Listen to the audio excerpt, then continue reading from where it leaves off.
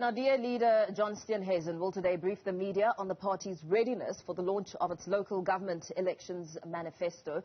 The panel will include discussions with DA Head of Policy Gwen Ngwenya and National Spokesperson Siviwe Gwarube. Newzroom Afrika's Athi Mtongana joins us live now with Gwarube ahead of the press briefing. Athi, very good morning to you. Busy day and, of course, lots of promises that will be made. What can be expected?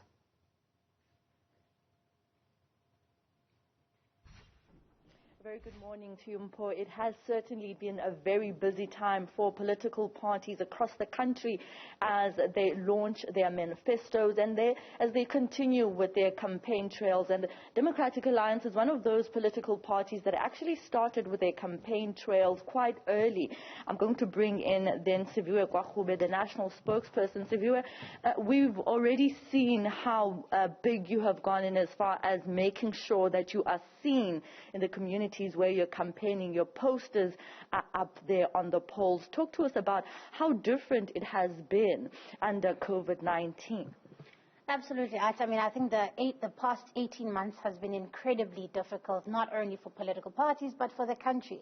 It's been very important for the DA to also, be in step with the national mood. So while we've done a lot of background work to try and figure out how we can do campaigning differently, while we are moving online, how then do you involve your rural communities who don't necessarily have access to online platforms.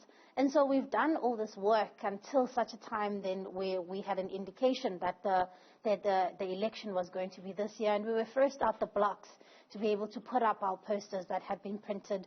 Our manifesto process started 18 months ago, putting one together. And so we were able to get these things and the ball rolling. And as you will remember, I mean, we had a pretty spirited fight to try and get this election happening this year. And so it's been very different and it's been very difficult. And I think that it has forced political parties to reimagine what politics looks like. And so we won't have these big rallies, even with our manifesto launch on Saturday. It will be very much small watch parties. A lot of it is going to be online. And so it's just been requiring political parties to do things a little bit differently. I'm interested to find out how people in the rural areas are able to connect to you, because you are saying that in your campaign trail they've been part of you going to these communities and visiting them. How are the numbers looking like? Look, I mean, one of the things that we've had to do is to make sure, like for instance, with watch parties in rural Eastern Cape, for instance, is to make these things a lot smaller and make campaign units a lot smaller, where you will have in a venue where you will have somebody like the local councillor bringing people together.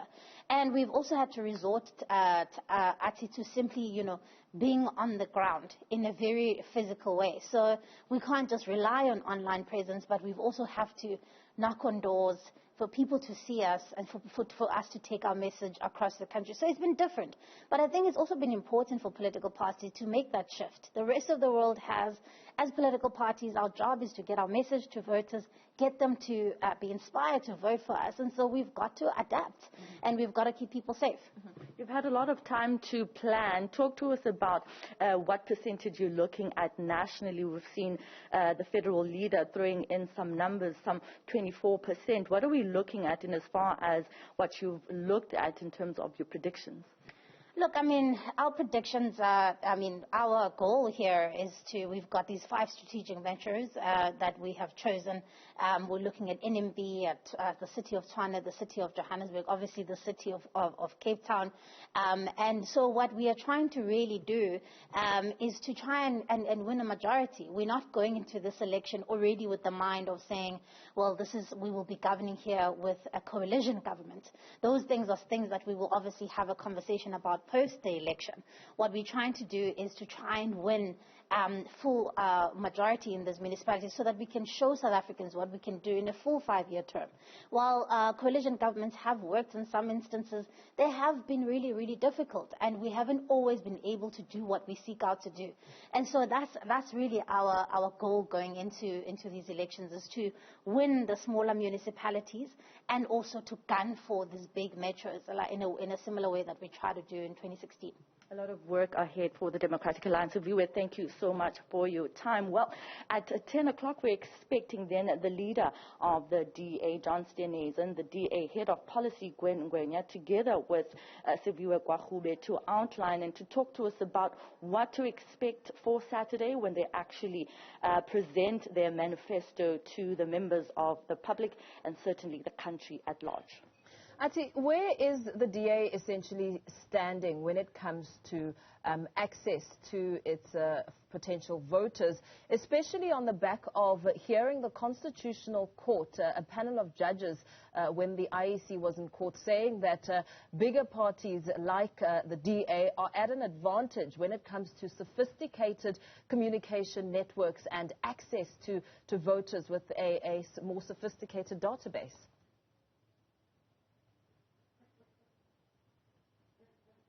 Well, what Siviwe was basically alluding to, is the fact that they've not only relied on using the online platforms to reach their constituencies and to reach their members. What they've done is to actually go out on the ground. We have seen the DA mayoral candidate, for instance, for the city of Cape Town, Jordan Hill-Lewis, going out to communities around Cape Town to make the DA's presence felt. We've seen the leader of the party crisscrossing the Western Cape and certainly other parts of the country to ensure that they are seen by their leaders. Now, I just want to bring in Siviwe quickly to ask about that ruling by the IEC and where we stand with regards to the application about the candidates process.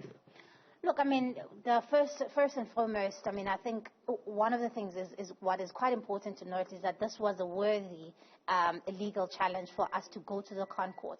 Because as you'll remember, when the Concord order was handed down, there was a lot of confusion about what the scope of the IEC would have to be in relation to the amendment of the election calendar.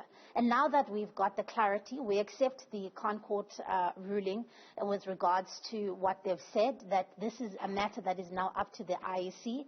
We had met our deadline of the 23rd of August, and so the extension by the IEC that was done earlier this week would obviously benefit those political parties that hadn't.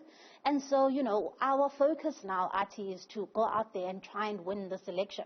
However, we do believe that it was an absolutely essential thing to be able to ask the Concord to clarify what that order actually meant, so that we can all be, satisfied at the end of this process that this election has been really fair.